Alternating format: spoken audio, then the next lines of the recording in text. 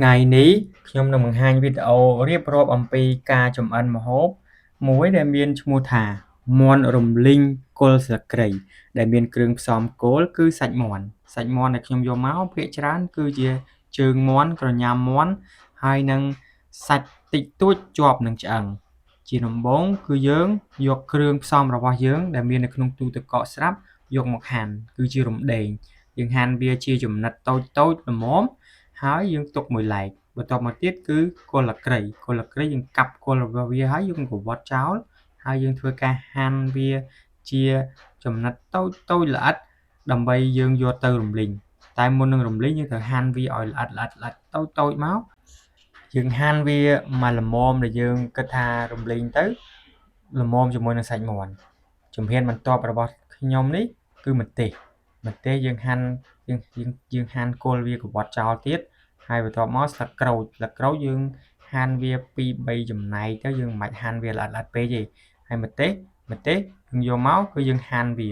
តែដំបូងយើងកាត់គល់វាសិនកាត់ត្រឡាំងម្ទេសហើយយើងហាន់វាល្អិតតូចដើម្បីយើងទុកដាក់ចូលទៅក្នុងមាន់រំលីងរបស់យើងដើម្បីឲ្យវាមានពណ៌ស្អាតហើយនឹងមានរសជាតិហឹរដើម្បីឲ្យវាចូលជាតិគ្នាបានល្អហើយគ្រឿងផ្សំគោលរបស់ខ្ញុំគឺខ្ញុំកាប់រួចរាល់ហើយគឺឆ្អឹងមាន់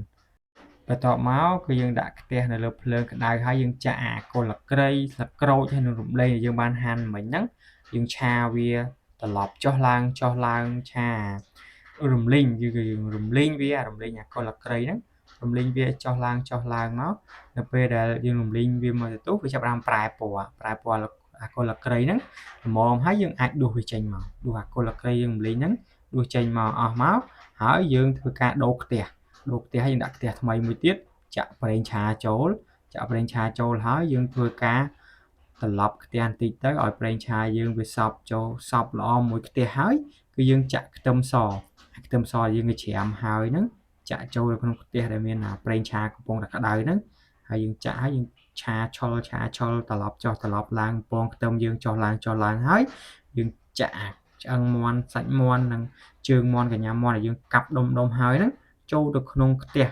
ដែលប្រេងឆានិងខ្ទឹមកំពុងតែក្តៅហ្នឹងហើយយើងឆាត្រឡប់ឆុលចុះឡើងទៅឆាវាចុះឡើង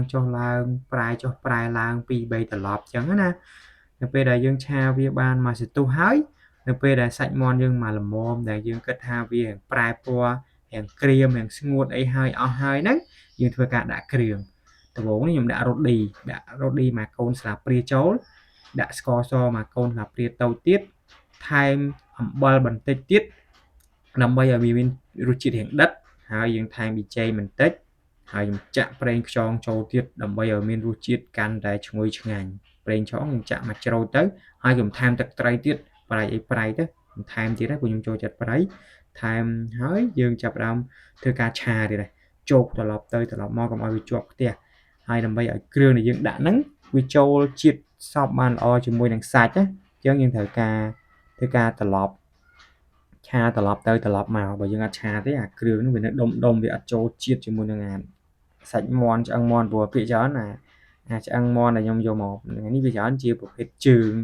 ជង្គង់មាន់អីផ្សេងកញ្ញាមាន់ទេអញ្ចឹងយើងត្រូវការទាមទារឲ្យយើងឆាវាត្រឡប់ចុះឡើងឲ្យបានច្រើនដងដើម្បីកុំឲ្យវាគ្រឿងអត់ចូលសព្វល្អនៅក្នុងសាច់មាន់ហ្នឹងអញ្ចឹងបន្ទាប់មកយើងធ្វើការគ្របវាមិនទុះទៅគ្របវាបន្ទាប់ពីយើងគ្របហើយវាឆ្អិនហើយយើងបើកវាវិញបន្ទាប់ពីយើងបើកហើយយើងយកវាឆាយើងឆាត្រឡប់ឆុលទៅឆុលមកទៀតទៅដើម្បីឲ្យអាសាច់មាន់ហ្នឹងវាកុំឲ្យវាជាប់នឹងខ្ទះវាអាចនឹងខ្លោចជាមួយនឹងខ្ទះយើងទៀតយើងឆាចុះឡើងឆាចុះឆាឡើងត្រឡប់ទៅត្រឡប់មកអញ្ចឹងណាឥឡូវសាច់មាន់នេះវាជិតឆ្អិនហើយយើងយកអាគល់ស្លឹកគ្រៃយើងរំលីងហើយមិញហ្នឹងចាក់វាចូលទៅចាក់វាទាំងអស់មកអាមាន់អញ្ចឹងបានយើងរំលីងគល់ស្លឹកគ្រៃហ្នឹងបានយើងថាខ្ញុំឲ្យឈ្មោះថាមាន់រំលីងគល់ស្លឹកគ្រៃហ្នឹងព្រោះស្លឹកគ្រៃមុននឹងដាក់ចូលយើងរំលីងហើយបើយើងដាក់ចូលក្នុងសាច់មាន់អញ្ចឹងយើងដាក់ហើយយើងទុកនៅលើភ្លើងមិនទុះ